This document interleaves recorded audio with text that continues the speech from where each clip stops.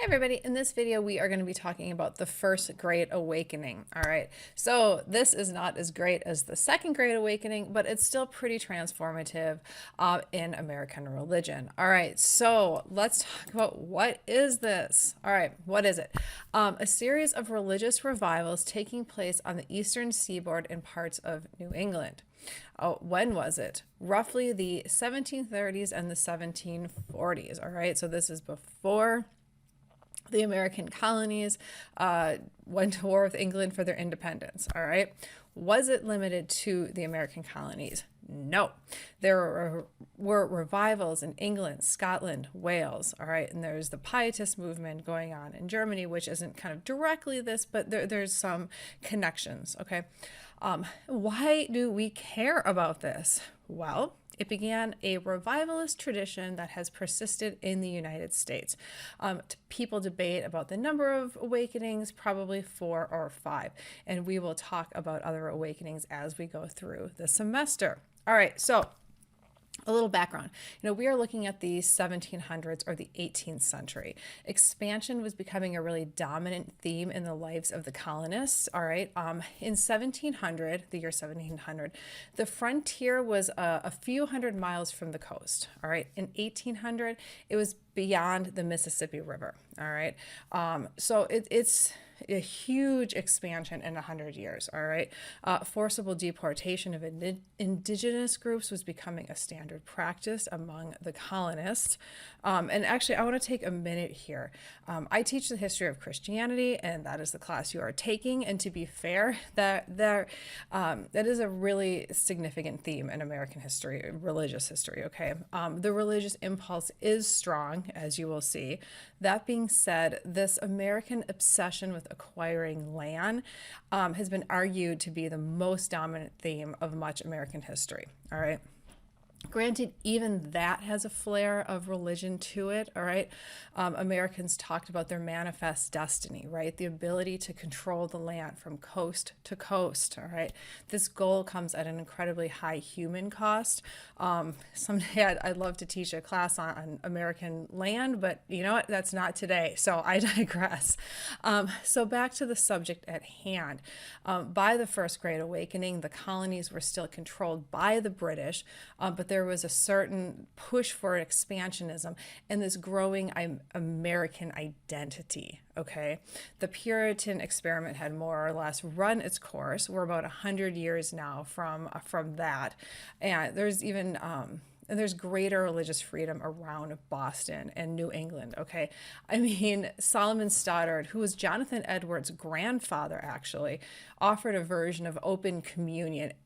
Okay, it's not like the ELCA Open Communion where everyone is welcome. It's for people in the community who may or may not have had a conversion experience. However, this is a long, long way off from like the heresy and witchcraft trials in earlier Puritan history. Okay, so things are really changing. All right, so on this slide here, we have a picture of a person preaching to a large crowd outside. All right, this becomes a hallmark of the awakenings. All right. However, the term awakening is a little confusing. It can be a little problematic.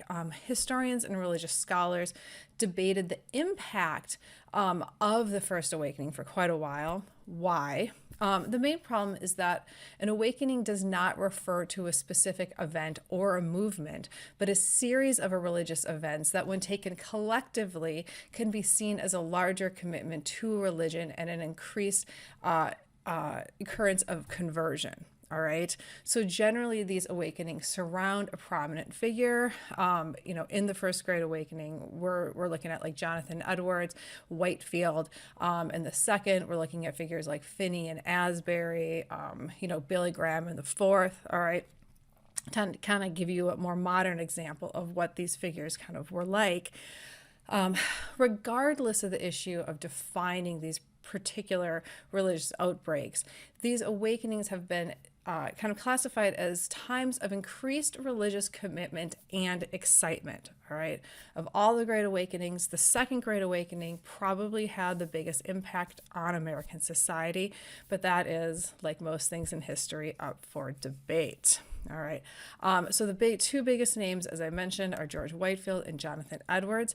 And I'm going to talk about each of them a little bit more in a moment. But I want to talk a little bit about kind of the importance of conversion and some new tactics that are coming about in this First Great Awakening. Okay, so these awakenings are not arising in a bubble, right? There is significant influence coming from a variety of places. There's a strong sense of conversion and living a holy life that is being preached through this, all right? If you remember my lecture on Calvin, this is a really important aspect of like Reformed churches and Reformed societies, all right? There's no proof that somebody is saved, but a holy lifestyle is a good indicator, all right? So you have this kind of attention to good works in these Reformed societies. And then we have German pietism, and then we have Wesleyan pietism, okay, occurring kind of simultaneously here, which emphasizes both experience and holy lifestyle, all right? Remember, like, from your readings, Wesley's strangely warmed heart, all right? That was his true conversion event, all right? And this call to conversion is a hallmark of awakenings, all right? All of them, all right? So up on the screen, I have some kind of new tactics in evangelism that come out in the First Great Awakening. All right. And we'll see these kind of get amped up in a second. But we have like the actual like calls to conversion, altar calls. All right. Are you going to accept Jesus Christ into your life?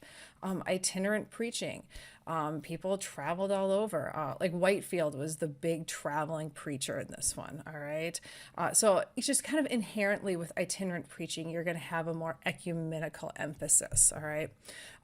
Really good communication skills. For example, Whitefield was a master communicator. He had a gift of making complex theological concepts understandable and accessible to the typical colonist of the era, all right? Few colonists would have been particularly well-versed in theology. And that is what a really good preacher does, is take these aspects of theology and make them accessible, all right? And you will see this with all the great kind of revivalist figures in history, all right?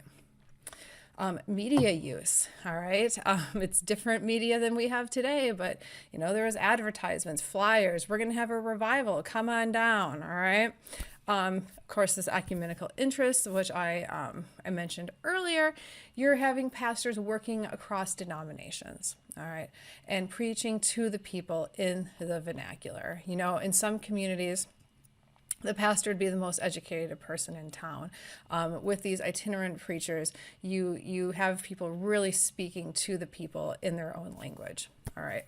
So up on the screen, I have a picture of George Whitefield, kind of the great, best-known preacher of the era. He was English.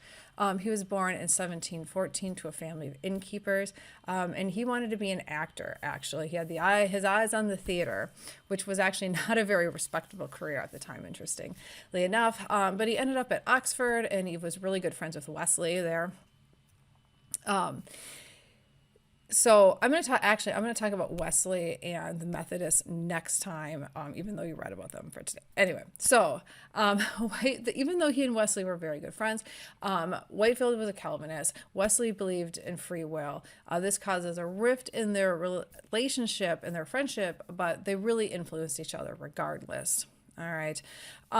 Whitefield is kind of a difficult figure in some ways because he's really influential in American religion, but he's also was also like a defender of slavery. I never quite know what to do with him. I think Gonzalez's answer to this question was to focus on Wesley, but Wesley's influence was actually pretty limited during the First Great Awakening in America. Wesley had come over to America to be a pastor, and it had actually gone really, really poorly, and he went back to England.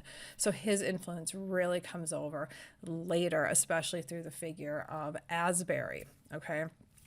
But Whitefield makes 6 different trips to the colonies over the course of his career. And there are many documented instances of kind of his success as a preacher. All right. So here we have another individual, Jonathan Edwards, born in 1703. He is one of the best American theologians, period. Okay. He studied at Yale. He took over as the pastorship at Northampton, Massachusetts, after his grandfather, Solomon Stoddard, died. The church and Edwards became this kind of center of a season of revival in the area. Okay. So he's kind of leading a revival on the ground. Here's a quote from him. According to Edwards, prior to the revivals, Northampton, where he was a pastor, was lacking in religious faith and morality. And this is a quote.